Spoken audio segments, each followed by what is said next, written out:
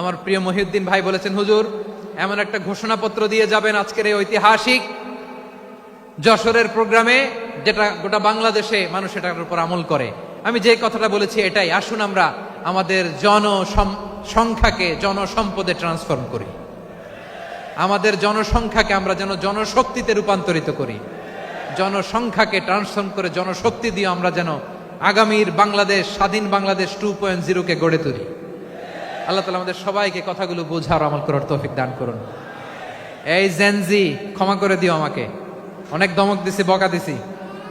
আল্লাহ তোমাদেরকে করুক, কবুল করুক, যশোরবাসীকে কবুল করুক, আদ দিনকে কবুল করুক, এই মেডিকেল কলেজকে কবুল করুক, ইসলামের জন্য বাদ ভাঙা এই জোয়ার এবং উচ্ছ্বাসকে আল্লাহ তাআলা কবুল করুক। হাযা মা ইনদি ওয়াল ইলমু ইনদাল্লাহ আলাইহি তাওয়াক্কালতু ওয়া ইলাইহি উনীব। সুবহানাকাল্লাহুম্মা ওয়া বিহামদিকা আশহাদু আল্লা ইলাহা ইল্লা আনতা আস্তাগফিরুকা ওয়া আতুবু ইলাইক। আল্লাহুম্মা আমিন।